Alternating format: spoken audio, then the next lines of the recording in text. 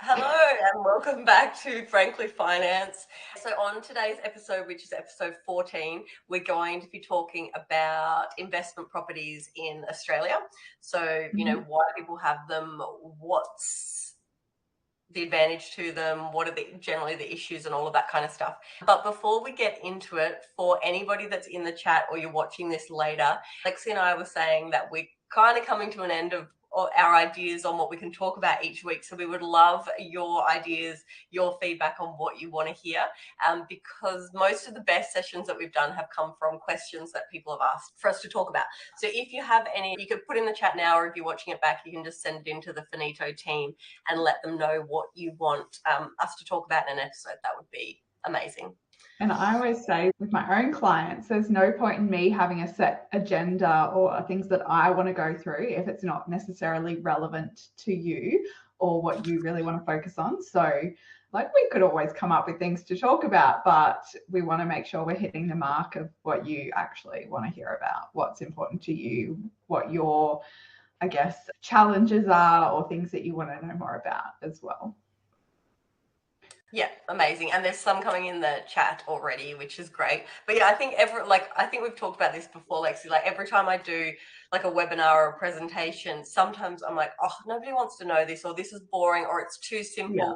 And most of the time it's not. That's actually what people want. But because we talk about it all day, every day, we just think people don't want to hear about that kind of stuff. So yeah, would absolutely love suggestions on what you want to hear. That's great. So on to investment properties. So this is one of my favorite topics. I think I actually say that like every week, right? I was like, superannuation is my favorite. And then last week with fire, I'm like, I love this topic. You do say it a lot. I just love talking about money. Yeah, I totally get that, Gemma. Okay, so investment properties. So I would say that most of the financial advisors, and we have got financial advice backgrounds, most of the advisors I've come across aren't huge fans of investment properties. And generally people are kind of like for shares and those types of investments or properties. Would you agree, Lexi? Where do you sit in that?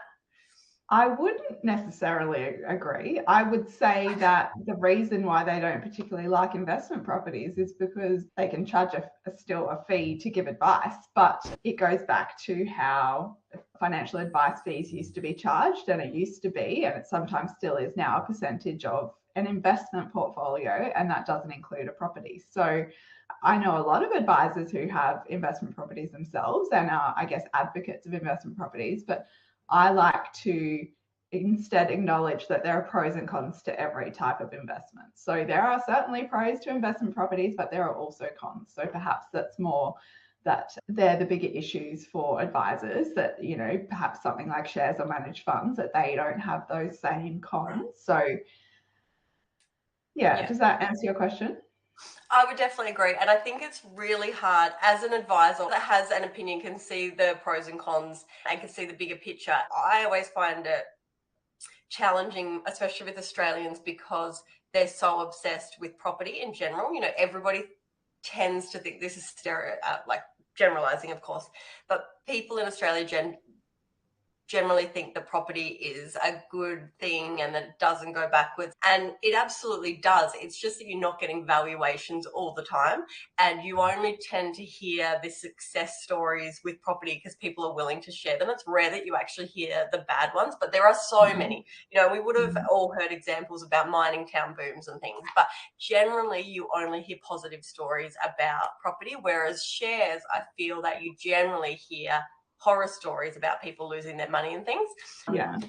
But yeah, so that's got a big thing to do with it as well, I think. Imagine seeing your house price pop up on the news every morning to see like the change in value. Obviously, it's not something you can really articulate, but that to give you an idea, like you're seeing, if you do watch the news, I don't watch the news anymore, but if you used to turn on the TV when I was growing up, and all the shares are like, green arrows up, red arrows down. And so I think that if that was to happen for investment properties, we would actually see very similar patterns. Like I've looked before, because I've had clients that say, the volatility of property is different from the volatility of shares.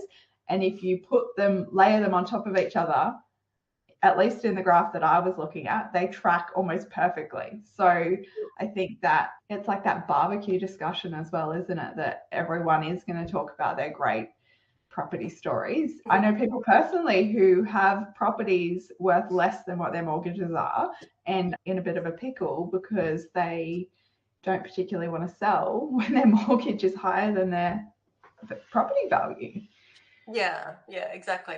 Well, okay, so let's get into it. So what is an investment property? So an investment property, if for the purpose of this discussion, is a property that is not your principal place of residence. So you don't live in it or you don't holiday in it. It's a property that is designed for investments for you to make money out of.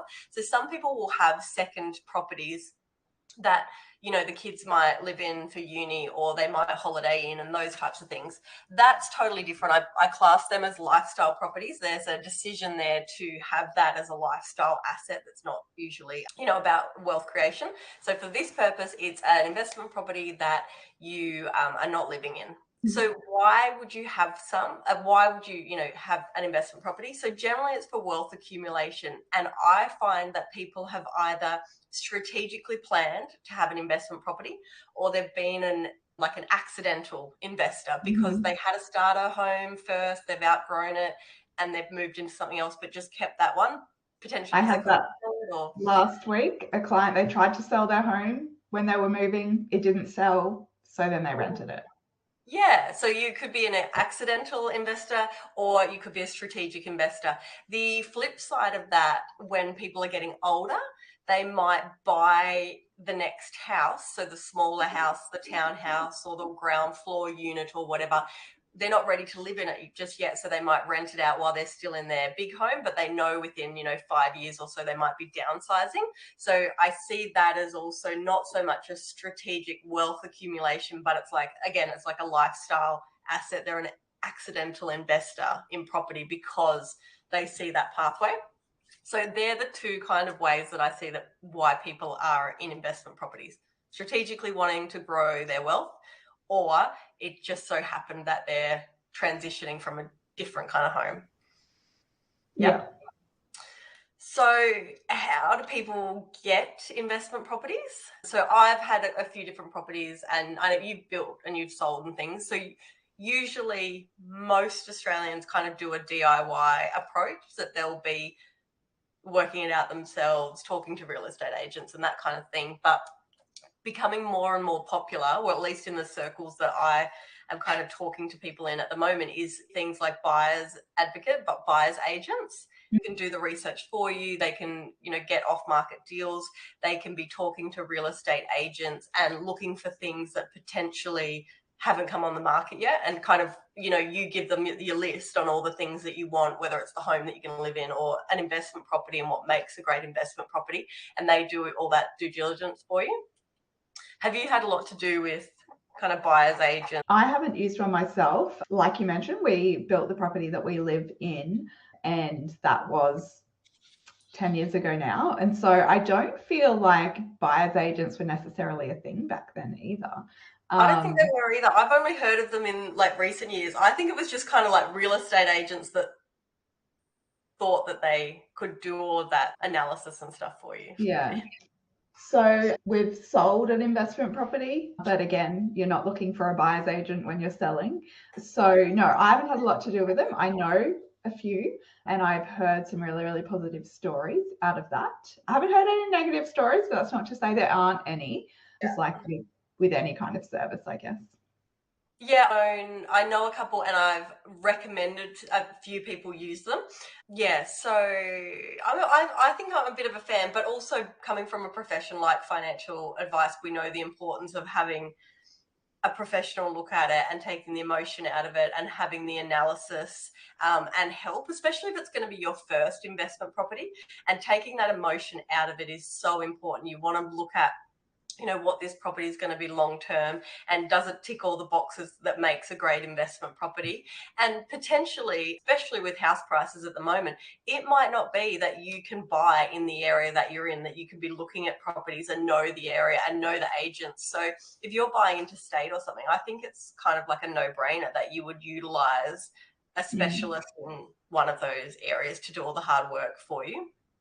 But yeah, I haven't heard any horror stories for buyers agents. Obviously, with property courses and all of these types of things, you can pay a lot of money and not get results. So I think you've just got to be pretty careful with it and do your own research as well. But having somebody, so I think it's like when we talked about in a budgeting episode, like combining finances, you can outsource the work, but you can't outsource the understanding. So yes, somebody can help you find the right property and tell you all the things about it, but you need to absolutely understand why you're looking at that strategy, what your strategy is. Like, are you looking for capital growth, or are you looking for a high income yield, like the rent that's coming in, what the strategy is and why you're going down that path. So I think it's quite different to buying your own principal place of residence, because you want to come at, like, yes, you don't want it to be a bad financial decision, but you tend to come at that purchase from a more lifestyle point of view. So it's not necessarily about what the rental yield would be or anything like that. Whereas if you're buying a place purely for the sake of it being an investment property, it is a good idea to put a little bit more thought into it. Even simple things like spending money on renovations, you don't necessarily want to make it how you would want it, because that might not necessarily attract the market. So yeah, it's important to look at buying an investment property and buying your own property to live in as two kind of different processes, I guess. Yeah, and I think this is why you want to know at the start what your strategy is. So say this is your first home, that's really, really exciting, right? But if you think realistically, I'm not going to be in this house forever, this is our first home, we're first home owners, we're getting into the market. I always talk to people about, yes, buy a home that you're going to enjoy living in, but buy something with an investment hat on, that if you decide to rent this out in the future, it's going to make a great investment. Like, think long term about what this property could be for you. Will you be there 5 years, 10 years? Because you don't know if you're going to sell it to buy your next one. So if you buy something with an investment hat on, that yes, you can enjoy living there, you're not going to hate living there, but the masses are also going to be okay living there, then it's going to make a better rental than you buying, like a hot pink house that is like a little maze and nobody else would live there, but you love it being quirky. That's great if it's your forever home, but that's going to be hard to sell. It's going to be hard to rent. So you need to think about what this property is going to be for you in the next, 5-10 years, so that you can make sure that you're making smart decisions. I think that this is probably not up to date at all, but I remember hearing a statistic that suggested that the average time that people live in a home is 7 years. Have you heard that? Oh, really? I would probably think that. Let me do a quick Google. But then there's, then you hear like stories about older people being in houses for like 40 years. It's the average, right? Because some people will be there for 6 months, other people will be there for 45 years. We've been here for 10 years. You've just moved. So yeah, so I moved because I separated, but the family home Alex is still in, and we built that was going to be for our forever home. Like, and the one before that, I think we had for 10. So I've got the stats. This is from RP data. So across Australia, the average length of time we stay in each property we own is 7.5 years for houses and 6.5 years for apartments. What is it for renters? I wonder how long, because with renters you feel like you're kind of constantly moving up. Australians tend to rent for 4.4 years on average. Gen Y renters move on average of 2.7 years. That was the survey. And I'm sure if you looked at a different survey, it would be slightly different, but and it'd be based on demographics, like location and stuff as well, I would say. Because I remember there was like a time when I was living in Sydney, like nearly 20 years ago, and it felt like we were moving like every 6 months because people were selling houses and doing different stuff, which I think people would have felt that in COVID as well, when investment property owners saw their property prices going up and thought, well, let's sell. It would have been really, really unstable for all the renters at that time too. Okay, so, well, on that, buying and selling investment properties, the other thing to keep in mind if this is your investment decision to go down this path is, we're going to talk about the risks and the issues, but one of the big considerations is it's pretty costly in Australia to buy and sell properties.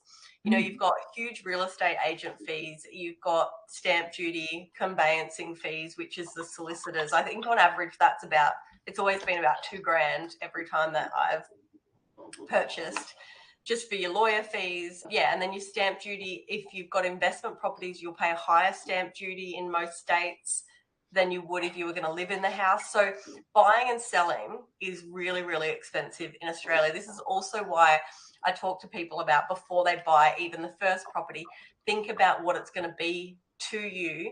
Is it going to be a stepping stone property? Is it something that you can hold on to as an investment so you don't lose, that cost of paying stamp duty, which might have been 20 or 30 grand, to get into.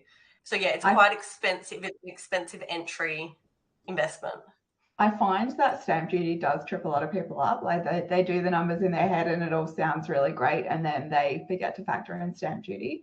I've just run a quick calculation for stamp duty in New South Wales on a property value of $850 for primary residence. The stamp duty is about $33,000. In Queensland, it would be about $24,000 for that property. Victoria would be 46,000. Let's not move to Victoria. Wow. Yeah, that's quite a big difference. So Queensland was nearly half of Victoria's. Yeah, so if I switch it to investment property for Victoria, it's the same actually for 46. I'll check Queensland again. Kind of annoying how everywhere has different. Oh, I ran a webinar the other day, on like buying your first home, and I was trying to talk about all of the different, concessions and grants and things that you can get in each state, and all the different rules and the stamp duty. And it's so complicated. That's why I'm talking to a broker and having a broker on your side that knows the state, and it's just so specific to each person. In Queensland, on that little example that I ran, it was $7,000 more for stamp duty if it was an investment property. And I've seen cases, not for this, what was it? Oh no, it was stamp duty, where someone had bought a property and they were going to live in it, but then it was an investment property instead, but they paid stamp duty as if they bought it, were going to live in it. And so then they incurred this they had to pay back.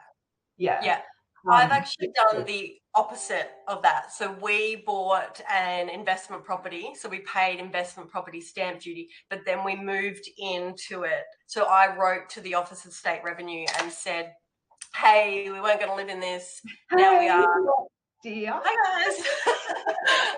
It totally worked. And I was like, here's the date we changed our licenses, and this is why we moved in, and this is why it changed. And they sent me a refund check, and it was like $7,000 or something. So it was a partial. That is what I love about financial coaching. Not necessarily that we have many people in that particular scenario, but where this little thing that you can do, the one letter, the one phone call, the one simple change. We're not talking about saving $20 here. We're talking about saving in some cases $20,000. And if you don't know, you don't know. You don't know what you don't know. Yeah. And sometimes it might be, so strategically, you might not be able to buy a property as an owner-occupier, but you might be able to buy it as an investor, right? Because the lenders look at, well, then rental income's coming in, so it might be helping your salary. So the bank might say, no, you can't live in that property, but you can afford to buy it as an investor. So then your strategy might be, well, I'll buy it as an investment. That's totally fine. At some point, I'll move into it. Potentially then that strategy could work, that if you moved into it sooner, you'd paid the higher stamp duty because you bought it with the bank as an investment property, but your situation changed, then you could do something like write the letter. Yeah, so there's different things that you can do. But yeah, generally, because the bank will take into account that there's potentially going to be a renter in there and that they can contribute to the loan, the income and the cash flow of it, that you can potentially borrow a little bit more for investment properties if you're not going to live in it. And so we should probably talk about one thing that confuses everybody.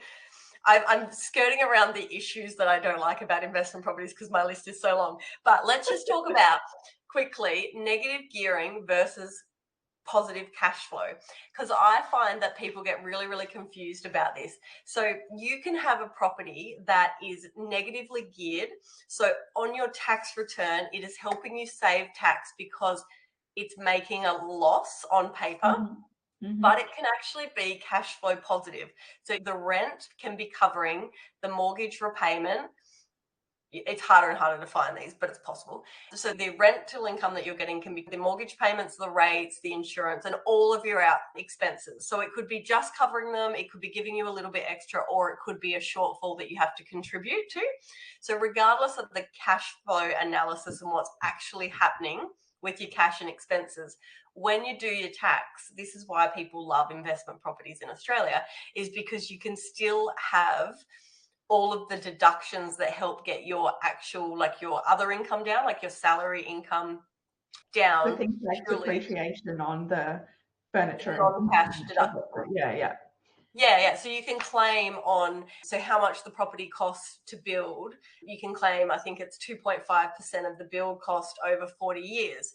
So that has nothing to do with your rental income and your expenses on your home loan repayments. I'm actually surprised by the amount of people that I've come across that have investment properties that don't have a depreciation schedule. Yes, they cost money, but the tax savings make a pretty big difference. Yeah, so you go to companies and I had to get one the other day, and I think it was $250 or something, and I got it online and I just entered all the details in. I didn't even have to talk to anyone, put the year that it was built, put a couple of links, and then it was in my inbox for $250, and I won't have to do it. You don't have to ever do it again, right? I think the one that we had lasted a certain, maybe it was like 7 years, but so you'd have to get one after that potentially. I don't know. We ended up selling, but yeah, good to know anyway. And if you've got a good accountant and you've got an investment property, they should be helping you with all of these things, all of the things that are going to make it really easy for you to track the expenses throughout the year, really easy to make sure you're claiming the absolute maximums, and that, you know, all of the expenses that go with it, you know what you can claim and what you can't. I'm starting to think we might need to do a part B, because as you just mentioned, we're talking about all the good things about investment properties, and there certainly are good things, but there's also some, I wouldn't say disadvantages, but some considerations that we might need actually more than 6 minutes to talk about. Yes. So my major issue with investment properties, even though I love them and I have them as part of my wealth creation strategy, is that there's absolutely no diversification in it at all. Whereas your superannuation investment portfolio or your share portfolio, you've got generally lots of different companies in different sectors, in different, like, it's so well diversified. You can have different countries. They're going in the comments, I agree, definitely part B. But with an investment property, you are like putting all your hopes and dreams, your strategy on one state, one suburb, one street. I was going to say one street. It's so risky that you're just hoping that that is the one. And people generally, because of borrowing restraints, they don't tend to have as multiple investment properties that can diversify that a lot, like a share portfolio can. And as you are also familiar with, buying in the same, like you're having your primary residence and your investment property in the same suburb, that's obviously even going to, what's the word I'm looking for? The opposite of diversify. That is all your eggs in one basket. Up until recently, we bought, like, our family home was on a cul-de-sac that we loved so much, but we were outgrowing our family home. So we bought across the road, like a 2-story, and that's the forever home that we renovated and built on and stuff. Yeah, so we at one point had 2 houses in one state, in one street. And I was just like, as a financial advisor who likes to diversify, was just like, oh, this is really, really stressful. Whereas everyone else is, oh, this is great because you can see the other property, you can see what the tenants are doing. And I'm like, no, for the sake of diversification, this is very, very risky. Like, yeah. And it is, like, I completely appreciate that you probably know the area very well and that you can go and check on it if you don't want to use a property manager. There's lots of benefits, but you also have no idea really what's going to happen. Like, so for example, we sold it just before COVID because I was like, oh, we've already got one in the street and let's diversify. And then COVID happened and we were like, oh, wow, that was really lucky that we sold that because property prices will all go down likely. Like, you know, how we were all thinking that this was like, you know, the end of investments and the next GFC, and everything went up instead. So yes, it would have been handy with hindsight to have kept that property, but that kind of happened, you know, everywhere regardless. And you absolutely never know. But yeah, so that My is crystal the ball is in the shop still, and they say they just can't fix it. The what? My crystal ball, it's broken. Oh. I got that joke from an advisor who I thought was Do you very know what I funny. saw the other day? Do you remember those 8-ball, those black, like, Yeah. 8-balls, and you would shake it and you would ask it a question? It was like We on a should reel get or one. something. Yeah, we should get one of them. Yeah, That would be. Yeah, can you get one? And then we can make all our decisions based on that. All right, well, this is actually really handy that we've run out of time because now we have a topic to talk about next week. Yes. So we can go through the disadvantages and maybe just a little bit more around like the tax on it, because we touched on the negative gearing, but we can go through a bit more on the tax. And I have a heap of facts because I know how much Lexi loves facts. Oh, I love them. So I thought I would get the facts on investment ownership. So I've got those to go through as well. So we can do that next week. Okay. And then put them together. And the flow on effect of all those things, like we talk about tax, but something that I think is really important, especially for young families, is potentially the impact on childcare fees as well, which some people don't necessarily consider. But we can talk about that next week. Yeah, and that's a consideration when you've got like the income coming in, but also when you're going to sell it. So that's a big consideration. Excellent. Well, this just took one less thing we have to think of during the week, our topic. So that's exciting. And then thank you to the people in the chat that put their suggestions in on other things that they want us to talk about. And if you're watching this, as I said, as a recording, just shoot an email through or make a comment on the video so we can see what other topics that you'd like to see in future episodes. Cool. See you next week. Right. See ya. Bye.